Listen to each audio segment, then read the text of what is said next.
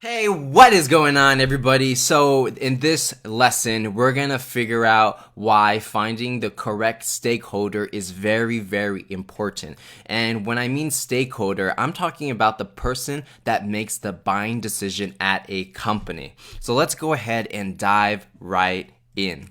So the first thing I want to talk about is when you figure out who this stakeholder is, why do you want to email them first? This is versus a cold call or sending them or hitting them up on social media. Why is it that you want to use email? And the reason is because email is very non-intrusive. A lot of the times people use email as a form of communication, and if you want to, see if there's a fit to work with each other, email is the most non-intrusive way where you can kind of say like, hey, are you interested in what I have? If not, it's totally fine and it's totally cool. The second thing is email is super cool because there's very low cost and there's very low commitment in terms of time. To send an email is essentially free, and it's a lot stronger than cold calling because when you try to cold call someone, they don't always pick up the phone and it takes a lot of time to actually talk to them on the phone, or sometimes you don't get the right person. So if you email the right stakeholder right away, then it's going to save you a lot of time and money.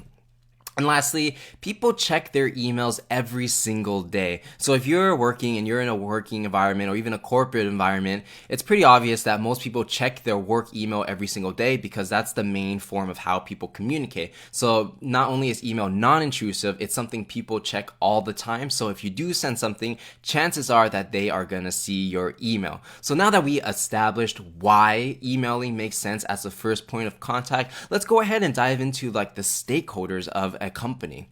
So when you're finding the correct stakeholders, again, you want to talk to the person who has the power to make a decision. And that decision is a buying decision to purchase your product or service. Now, you don't want to talk to the people who are low-level employees. And what that means is you don't want to talk to the low-level recruiters or the low-level salespeople or the people that, if it's, a mom and pop shop, you don't want to talk to that guy that works at the cashier because they aren't the people that have the power to make the decision. So if you get them on the phone, a low-level employee, you have to convince them that whatever you have is good, and they have to convince their boss that whatever you have is good, and they probably can't sell the product or service as well as you can. That's why you want to email the correct stakeholder right off the bat so that the person who makes the decision knows exactly who you are and what your value prop is, so you can get a quick decision on whether or not it's a fit. Otherwise, you're going to have to go through a lot of steps before you actually talk to the right person if you go for the low-level employees. Now, another thing that I want to talk about is high-level people, meaning, the C-suite, CEOs, CMOs, CFOs, and the founders love to delegate. And so a lot of times, it's not necessarily the top people who are evaluating a software or service or whatever it is that you have to offer. A lot of times they just read the email, see that it's a good idea, and they'll tell another person to vet it out and see if it's a right fit. So a lot of times, even if you're hitting up the correct stakeholder, they may push you down to a lower level person who actually will vet it out, and then they will make the decision. But we'll go into more about what that strategy means as the course go on. But the main thing here is that it's always the best to go for high level people, and going for low level people, it's not necessarily a waste of time. Sometimes you could do it so that you can learn more about the company you're trying to sell to. But in this case, if you want to use the max amount of time to get the max amount of efficiency, going for the high level people is where it's gonna be. Now, let's go ahead and talk about the stakeholders. So your goal at the moment is to find the stakeholder's name, and that is it. Remember, we're working in batches. So the first step was you're identifying your ideal customer profile. Second one was finding all the companies, and I showed you guys how you can find a list of different companies using all these resources. And the next step of the batching process is to find the stakeholder's name at that company. And again, you might want to find more than one person at a company just in case that person does not respond.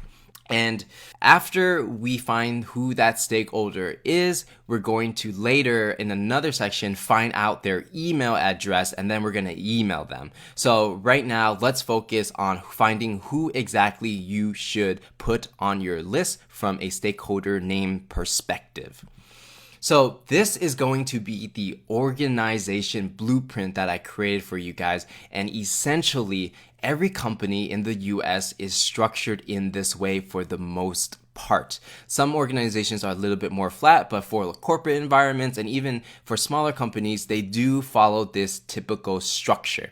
So we're gonna go focus your attention at the top where the C-suite is at. So in the C-suite, you're gonna get people like the founder, CEO, CMO, COO, CIO, CFO, and whatever O. So these are the people who are the chief executive officers, and these are the people who typically have the most pull in the organization. And this would include the founder as well.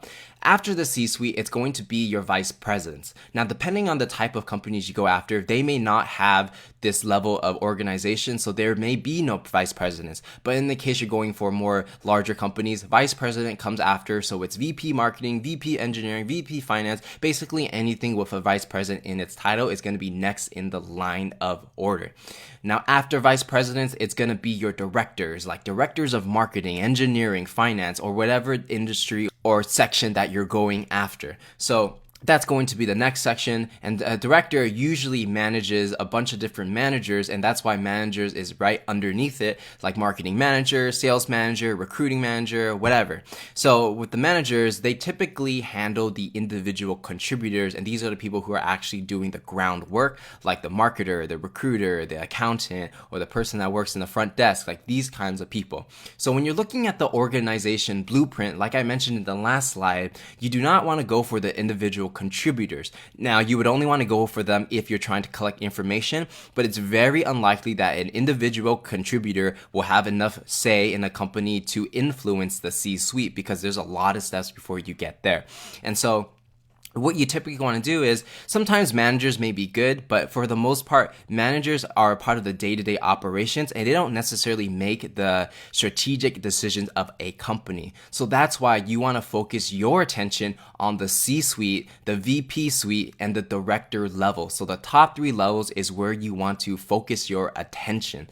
And so when you're finding the stakeholder, you want to think about who is exactly the type of person you want to talk to. If you're selling, let's say, a marketing software, then obviously you want to go for the chief marketing executive, vice president of marketing, the director of marketing, and possibly vice president of IT who has to implement that software. Or if you're selling consulting services and it's also related to advertising and marketing, again, you want to go for CMO, CEO, vice president of marketing, and the director of marketing. But if you're doing something like, if you're selling like accounting services, you want to go for the CFO, director of finance, and titles like that. So you really want to think about who exactly, what arm of the company should you be going after, and then you want to pick 1 to 4 people at that company to reach out to.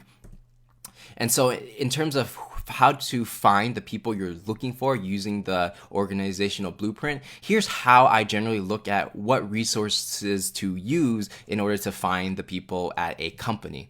The first one is LinkedIn, and this is in the order of importance. So I usually start with LinkedIn first and try to find the people that I'm going for on LinkedIn. If I can't find them on LinkedIn, I'm going to go over to their company website to see if I can find their names there.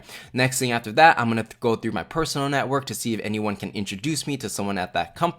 And finally, the last part is articles and press releases. Sometimes we get a lot of executives who write articles and press releases or have videos out, and that's a really easy way to find their name. Again, you're not necessarily trying to find their email quite yet. You just want to batch down and get as many names as possible for the companies that you've identified may be a good fit for your product or service. So that's pretty much everything you need to know in terms of who you should go after when it comes to stakeholders, where you can find them. And for the rest of this section, we're going to show you exactly step by step how you can identify who these people are using LinkedIn, their company website, your personal network, and finally your articles and press releases. So if that sounds good, I'll see you guys in the next lesson.